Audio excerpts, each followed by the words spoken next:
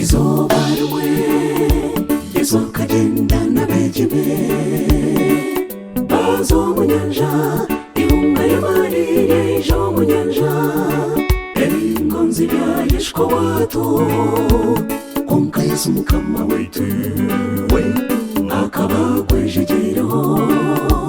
obamanya ngo Yesu ebibyona tamwiye simuka bamugira mutujune twafa kandi we mukama wetu bambe tureze nyanja